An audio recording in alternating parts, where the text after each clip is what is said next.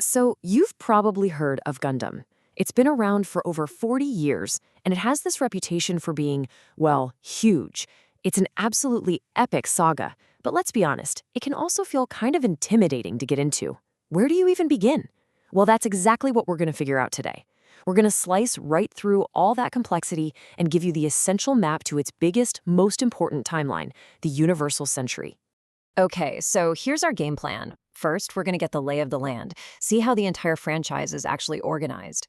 From there, we'll dive headfirst into the main timeline, the Universal Century, and the one war that literally started everything. Then we'll follow the ripples of that war across a century of conflict, figure out what makes this whole thing so special, and by the time we're done, you'll know exactly where you want to start.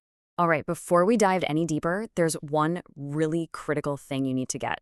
Not every show that has Gundam in the title is part of the same story. It's not one single narrative. The whole franchise is actually split up into a few totally separate universes. And this chart breaks it down perfectly. See that first one, the Universal Century? That's the original, the main timeline, and that's our entire focus today. Then you have all these other standalone stories and alternate universes. You've got the Gundam Build series, which is all about the plastic models, and you even have the super deformed, kind of goofy SD Gundam shows. They're all awesome in their own way, but right now we're going all in on the original epic. So the Universal Century, or UC as you'll always hear it called, is the absolute heart of the Gundam legend. This is the timeline that started it all way back in 1979, and it's the one that tells this single, massive, continuous story. But what is the Universal Century? Is it an event? A place? Nope. It's actually much simpler. It's a new calendar. The idea is that Earth got so overpopulated that humanity had to start moving out into these gigantic space colonies. And to mark this new era, they just reset the calendar to year 1, UC 0001. But, this new start wasn't exactly peaceful. As you can see here, over the next few decades, the people born and raised in space, they called them spacenoids, started to really resent the Earth government controlling their lives. A philosopher named Zeon Zoom Daikun became the voice of their independence movement, and by the year UC 0079, all that tension just exploded. It became an all-out war. And this war, known as the One-Year War, is everything. It's the setting for the original 1979 show, Mobile Suit Gundam. It's fought with these incredible giant robots called mobile suits. And I can't stress this enough. This one conflict is the single most important event in the entire timeline. Pretty much every other story set in the Universal Century is a direct result of what happened right here. So let's look at the two sides. On the one hand, you have the Earth Federation. Think of them as the established, powerful central government. And on the other, you have the Principality of Zeon, this new nation of space colonists who are fighting to break away. At its core, it's a revolutionary war, right? It's the old empire versus its rebelling colonies. But it goes so much deeper than just politics. This is really a clash of cultures, a clash of identity. It's Earthnoids, the people born and raised on Earth, versus Spacenoids, this whole new generation of humanity that's grown up in space.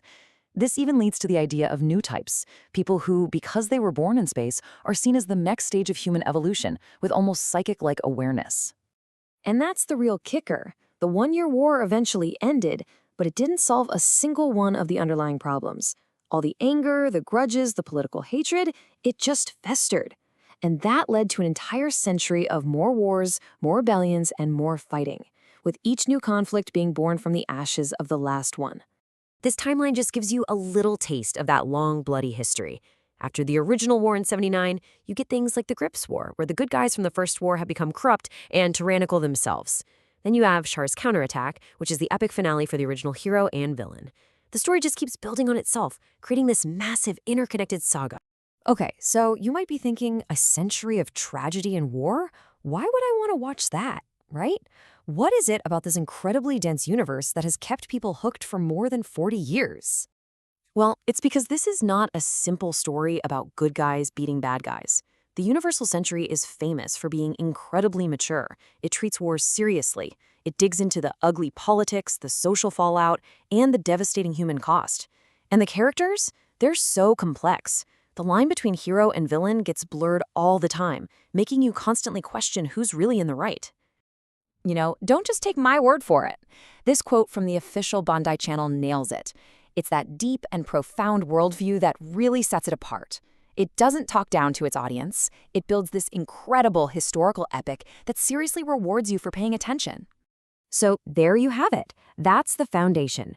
We've organized the whole franchise, we've mapped out the Universal Century, and we've put our finger right on the conflict that sits at its heart. With this map in hand, you are absolutely ready to jump in. And you know what the best part is? This story isn't over. This history is still being written. Creators are always putting out new movies and shows that fill in the gaps in the timeline, telling side stories during the big wars, or even pushing the timeline further into the future. It's a living, breathing epic. Look, this universe is immense, but you don't need to know every single detail to get started. Every story, every character, every conflict, it all traces its roots back to that one war. You have the map now. You got the context. So the only question left is, where are you going to begin?